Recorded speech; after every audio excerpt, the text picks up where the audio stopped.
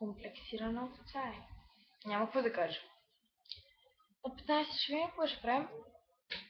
Надейте и се изнервете на нея. Тя не е виновна за това, което е. Майка ѝ е тъпа, че е родила.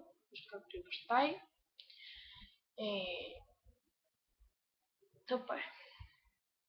Просто завижда на Михала с някои неща и сега реши да използва това нещо, примерно, че Михала няма баща и колкото няма баща, тя да не биде по-различно от другите. Има стотици милиони деца, стотици милиони, има още милиарди деца, които нямат бащи и това, какво не ги прави по-различни, това, че нямат на кого да кажат татко. Да, може да е гадно, даже много гадно, но те не са по-различни от другите. Михайла в този случай също не е различна от другите, тя си е много готин и забавен човек. Майка ѝ е много печен човек. В смисъл, още е жива, не е опекана. В смисъл е печена, готина. Ами, да, София е идиотка. Ще я пъшна. Настя, няма си, няма. Представяш ли?